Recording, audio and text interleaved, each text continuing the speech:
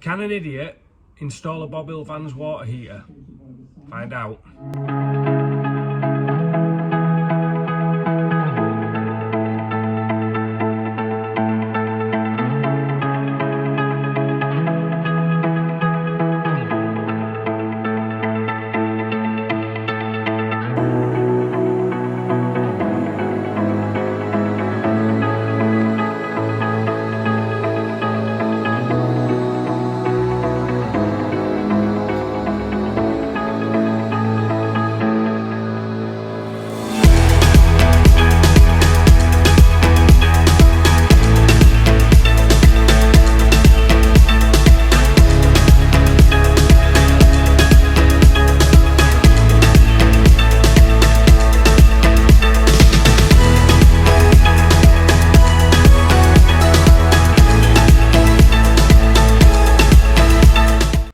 So I decided to go for a Bobil van's water heater.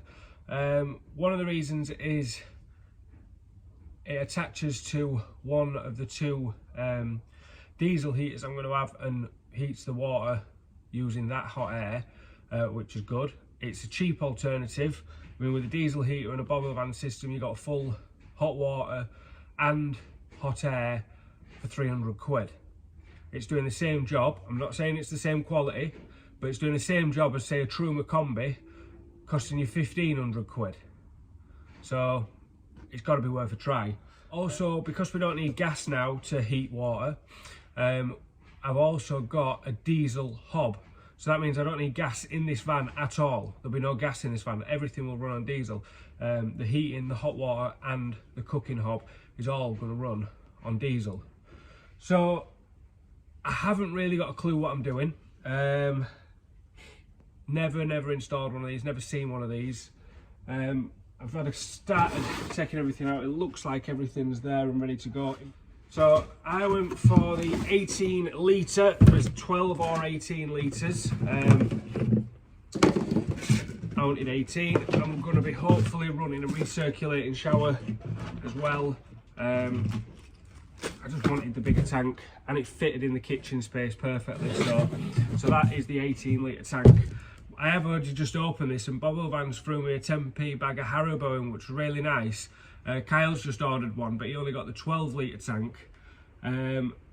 So obviously I ran out to tell him, mate, you've got a free bag of sweets, get yourself in here, eat your sweets. He comes in, literally ripped his box open to find there's no blooming sweets in, so he's not happy with you, Mr. Bobil Vans.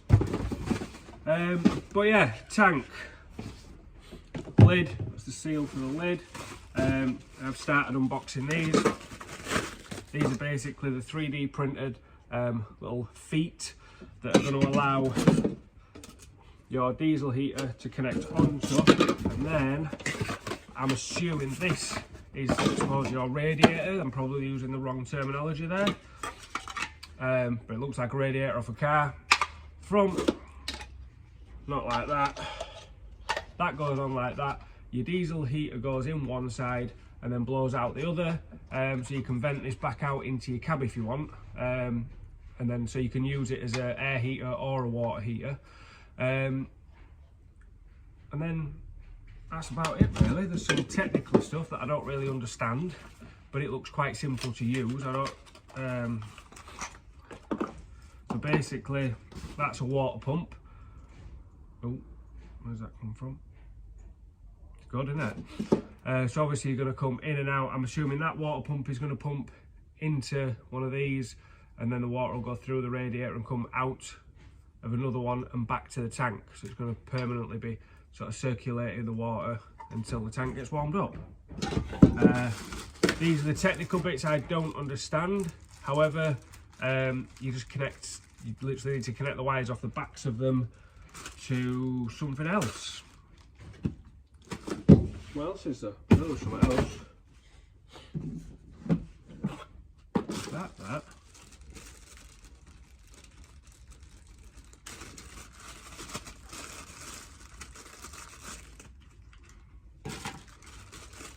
So the answer to the question is no, an idiot probably can't install this water heater. Right, okay. So I'm guessing they're both temperature probes. So one's going to go in the tank, and possibly one is going to go here to check the temperature of the air somehow.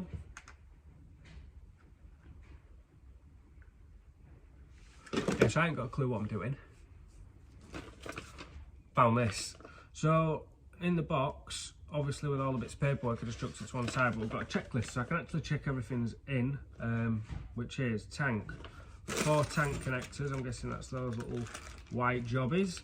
1 heat exchanger with screws, 2 heat exchanger barbed fittings.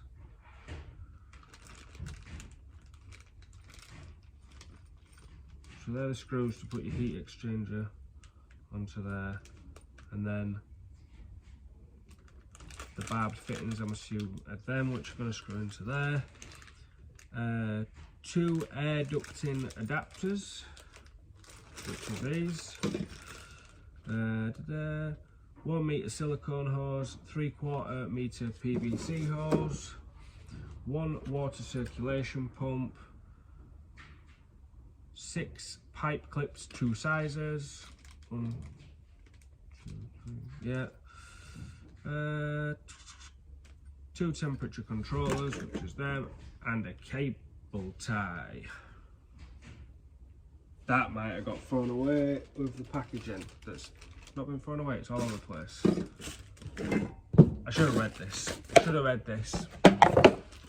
Never mind, I've got plenty of cable ties, what I'm afraid. What you will need: 9.5mm and 5.5mm drill bit, pliers, and some a small posi screwdriver, spanners, screws to secure brackets in installation location, and some PU adhesives such as Sikaflex. So, step 1. Prepare your tank. You will need to drill a deeper 9.5mm holes for the water inlet and outlet, 1 on the top of the vent, then a 5.5mm hole on top of the thermocoupling connector. Oh my lordy lord. Drilling loads of holes in my tank that I've just bought.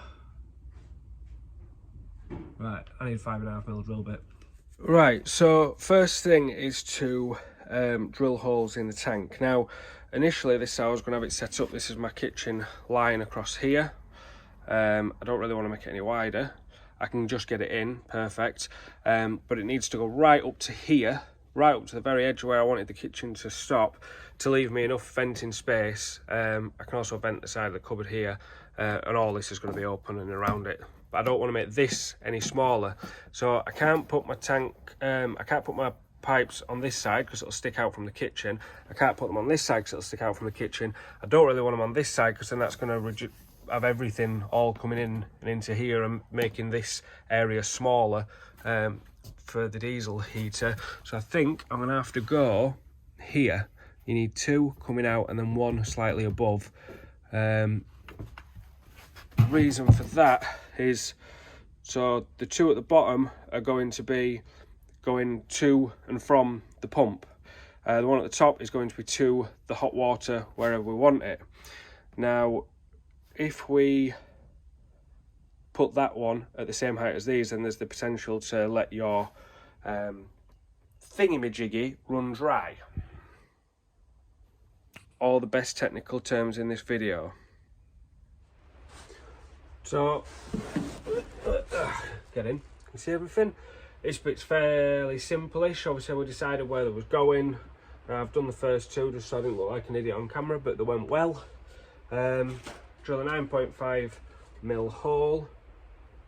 The Sikaflex I'm using is black, unfortunately. If this was a customer's van, I'd stretch to opening a thing of white, but it's my van and they're going to be double hidden inside the kitchen and around the back of the tank, so I really don't care that there's a little bit of black Sikaflex on shore there. It says just to put the Sikaflex on the thread, wind that in, and then once that's wound in, you put your brass screw on the inside, the O-ring goes on the outside of the tank, and then you wind that on, or you try to, 13mm spanner, don't over tighten it. And then I've got to do another one in the top for the vents. Now, I'm not entirely sure. Obviously, there is this, which is another bulkhead connector. I'm assuming that's the vent. So, I don't know that that's the vent.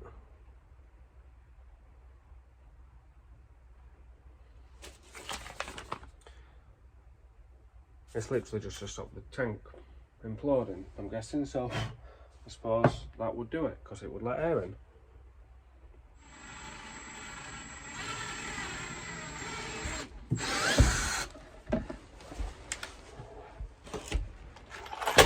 So, next we are on to, because state in my hands.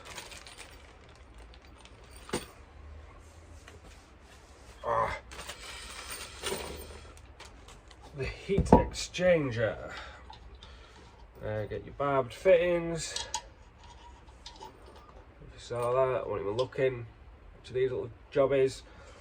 Put them onto the two little brass fittings on the front of it. Screw your heat exchanger barb fittings into your heat exchanger and tighten. I haven't got the right.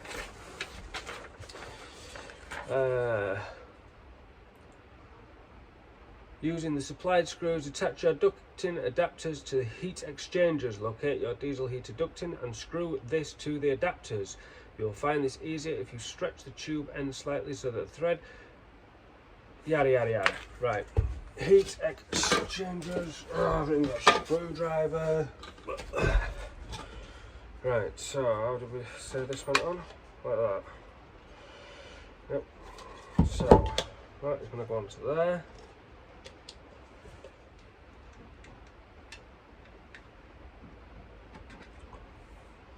Could cause it to overheat, so obviously if you didn't watch me install this, that is not where that's staying.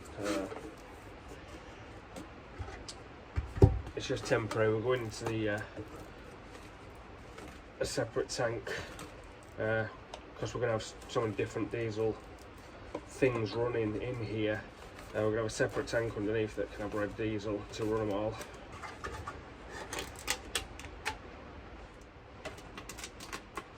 That was screwing like that. Alright. Yeah. So I've got I don't understand. There we go. Huh? That's pretty good, that. So then I'm going to cut that and put that onto there. Now the other end of this is going to be ducted up into the drying room. So where our boots and wet clothes are going to go when we're coming from a walk. So I'll not actually connect the other side of that yet because they don't have a drying room there. So it's just dawned on me. Get rid of that a minute. If I put this here, I'm also having a T-piece coming out to feed the cab with warm air should the other diesel heater fail for whatever reason, or if I'm really cold and I want two on. So this is going to be T-pieced off to a closable vent here, so I can close this, but it will always be able to flow that way, so it'll never have the hot air getting trapped in there. If I put that here, all this space back here is getting wasted. If I could get enough of a bend on it to put it like that, then I'm not wasting a whole heap of space up here. This can be for something else. I can have more storage, you know, it's valuable. Now I don't normally I've always said you shouldn't put a 90 straight on the end of there, or a direct bend straight on the end, or a T-piece straight on the end, because it can cause the heater to overheat. But these heaters actually came with a 90 inside them, so surely the people that make them know more than Fred on Facebook. I'm not saying that is right. I'm not saying Chinese are renowned for making reliable stuff, obviously, but I'm going to give it a go, because if I put that onto there, that now sits right back here and feeds that, and now I've gained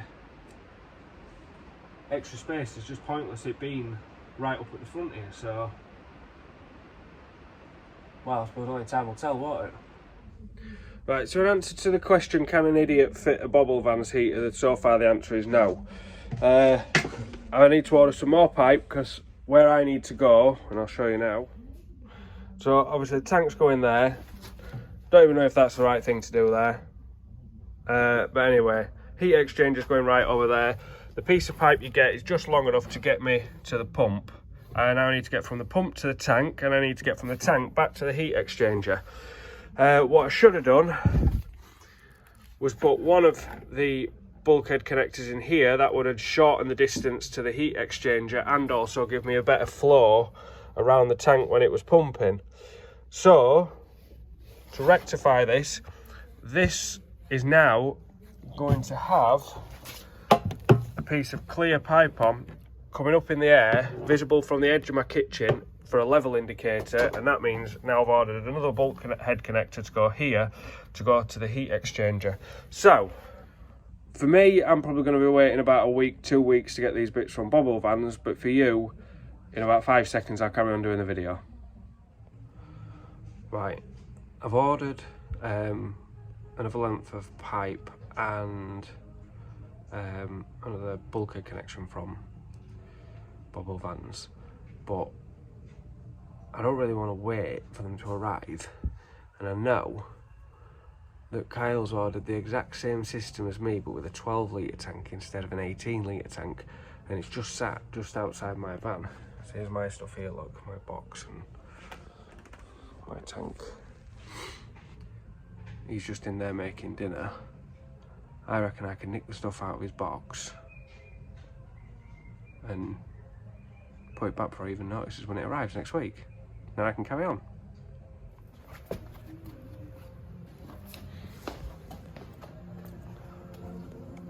We're having a pot noodle for dinner, Kyle. Hey? Yeah, I'll have pot noodle.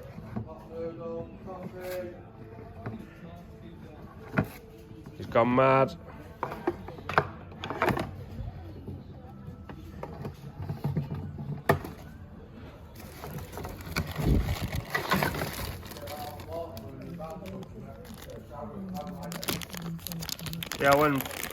Yeah, they'll be done shortly.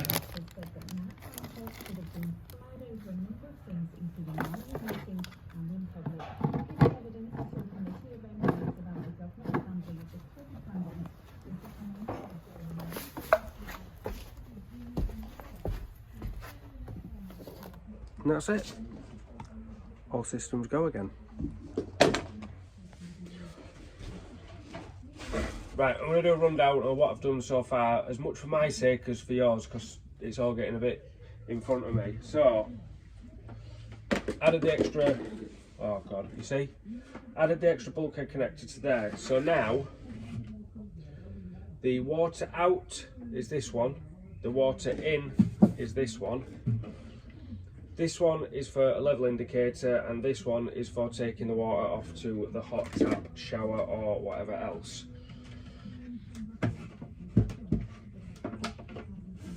We've put the 5.5mm hole in the top there for your thermo watts it to go through, and then cable tied a 20mm piece of silicone hose to it to act as a weight as per manufacturer's instructions. So that's how it's set up. I'm just waiting for this Sikaflex to go off so I can actually clean the tank out and then connect the pipes up. Pump. You need to go in and then up in such a direction. So obviously that's going to go on the back. Send the water down there into the heat exchanger and then back. And then this one is going to go on that new hole in the front of the tank. That's the water going around. That's about as far as I've got. Into the oh yeah. heat sensor. Connected. Oh, and then there's there's another thermo watch-a-majigma thing, and that goes into, there's like a little grooved slot for it to sit in on this side of the heat exchanger. It says the side closest to the heater, so that's what I've done for checking the heat of the air. That is as far as we've got so far. And now, wire it up, which looks fairly simple-ish. We shall see. So, when I left you last time, we was just about to wire the Bobil van's heater up.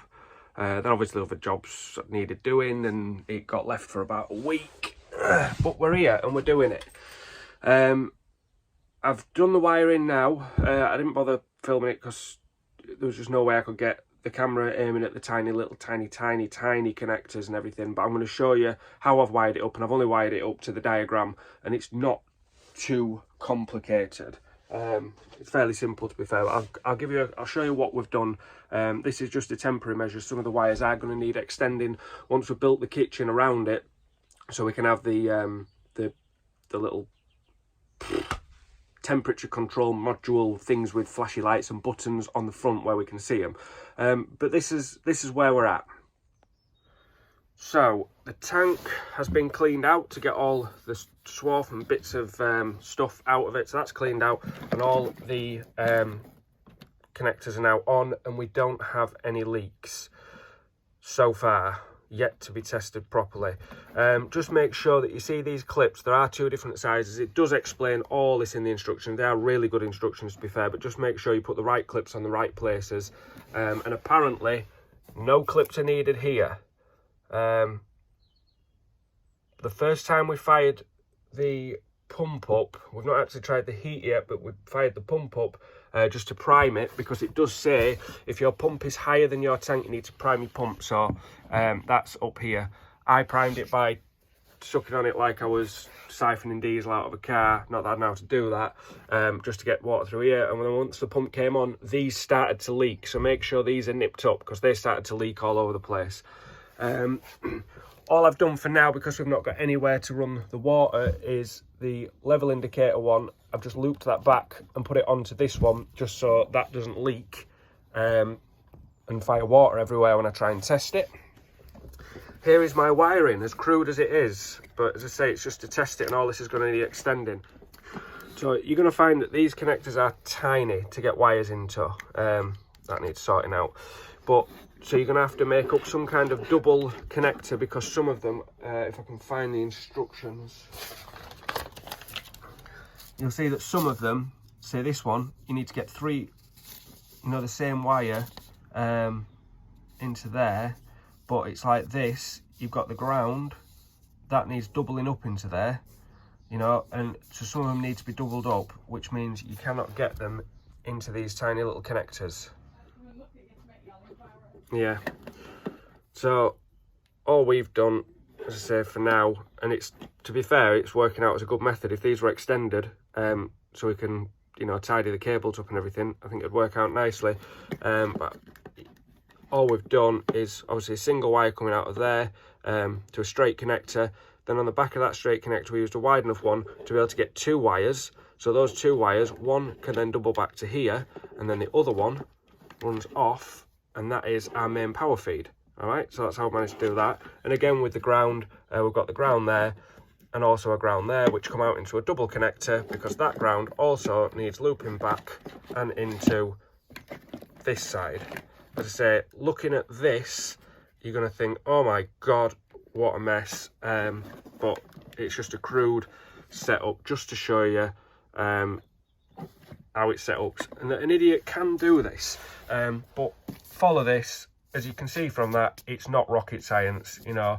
Pump live, pump ground. Ground needs connecting to the ground on the other side and to your ground. Then you need a link-up cable between VCC and S1 and S2. Don't ask me what any of those numbers mean, but if you get a cable that goes from there to there to there, you've cracked it. So it's not rocket science. So it's connected. It's connected to the heater. It's wired up. It's connected to the heat exchanger. It should be ready to go. Now, according to Bobil vans, all we need to do is turn on this one. I've turned this one off because this one will be permanently live if you leave it on. This one should turn on automatically. As soon as I wired it up, this one turned on. So I've just been turning that off just so, I mean, it's not going to use much battery, but at the minute I'm not using the van or anything. So it seems silly to just have the batteries draining with these little LEDs. So that's turned on. Now, according to Bobil Vans, all I need to do is turn on the diesel heater. That is the temperature of the heat exchanger now, at this point here. So you should, if I can do this, oh, mate, you stay there. If I put my fingers onto that heat exchanger, and it should start to warm up, look. So that's just the heat from my fingers warming that heat exchanger up. So I'll take that off, and now we're going to turn on the diesel heater, which again is very crudely wired down here because this needs to go into my kitchen cabinet to look lovely.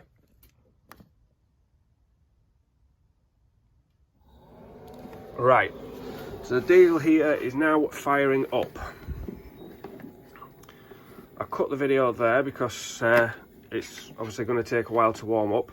But basically, when this number reaches 42, it should automatically engage this, which is going to turn the pump on and start warming up the water. I'll bring you back when it's nearly there, because obviously the heater needs to warm up and kick off yet.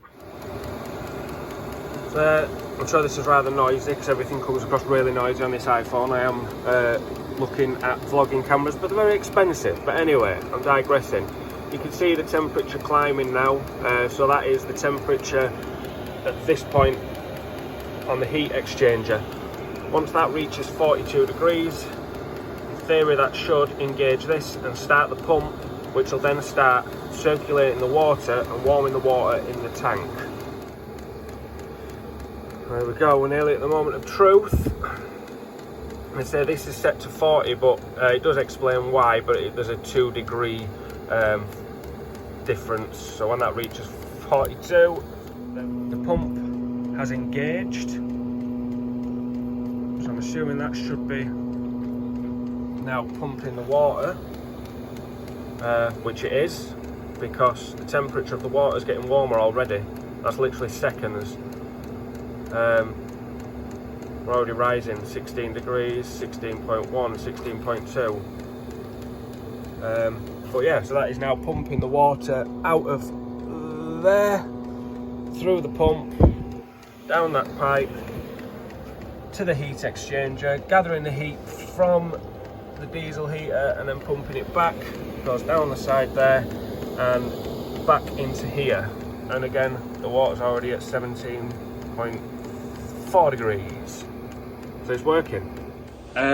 I went for the big Bobil Vans. You can get the small one and you can also get the bumper. The bumper is basically a big and a small stuck together, and it just means it goes through 2 heat exchangers, which heats the water up quicker. But to be fair, that's firing up fairly quickly. So in the answer to my question, can an idiot put a Bobil Vans heater into a van? Yes, he can. He can. He's done it. He's victorious, and it is alive. We're nearly at 20 degrees water already. 20 degrees isn't warm, is it? But it's getting warmer, and it's only been on like a minute, and we are now at, come on, nearly at 20. 9.9, 20 degrees. There you go, it's working and I'm mega impressed. Heated water in your van for about 200 quid. The instructions that come with it are very useful. They explain everything down to the letter. You can't really get it wrong. You don't find this out until you get it, but there is a list of things that you're going to need on top of what comes in the box, which are a 9.5mm and a 5.5mm drill bit, a pair of pliers or small a pair of pliers and a small posi screwdriver, spanners, doesn't mention what you need, but spanners. I think I used a 13mm spanner, but everyone's got a set of spanners. Screws to secure brackets in installation locations. So that's basically the you need 4 screws to go down to screw your heat exchanger down, so whatever length that's not going to go through your floor too far, whatever, you know, but it's got to hold it. And some PU adhesive such as Sikaflex, you know, for doing your bulkhead connectors. That's what you're going to need on top of what comes in the box, so you can get yourself ready for when it arrives. When I ordered the extra bits, the extra pipe and the bulkhead connector, they came within 2 days. So I didn't have to wait very long for those. I didn't have to wait at all because I'd robbed them off Kyle, but they're back in his box and he's none the wiser. But they came very quickly. The heater itself did take quite a long time to come from Bobil Vans. That was partly my fault, because they emailed me to say that the 18 litre tank was out of stock. Did I want to source my own tank, take a reduction on price, yada yada yada, and I didn't see the email, never got back to them. By the time I got back to them, the tanks were in stock, and they shipped it out. Dead chuffed with it. Water's heating up nicely. We're up to 25 degrees now, so that's not gonna, you know, you could literally come in from a walk and fire this up.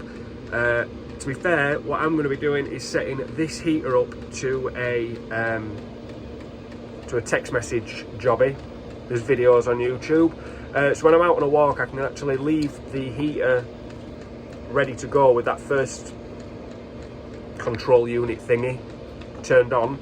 So when I'm 10 minutes away from home, I can text my diesel heater. That'll turn my diesel heater on. That'll automatically start warming my water up. So when I get in, I've got a lovely warm van and hot water for a shower. Might make a video on it. Who knows? But anyway, an idiot has installed the Bobil Vans heater. It's possible. You can do it. If I can do it, go do it. 200 quid for hot water in your van if you've already got the heater. Bargain. If you haven't already, please do subscribe to the channel. It really means a lot. I think at this current time I'm sat at about 700 and something subscribers. I'd really like to make it to 1,000 so I can get a threepenny bit and a pack of pork scratchings every month out of the revenue that I'm going to get from, you know, all the millions of people that watch my videos. So please do hit the subscribe button, the bell notification, so you're notified of all future videos that are coming up. And that's about it. Happy days, everybody. I'm going to dip my hand in this and pretend I've had a shower.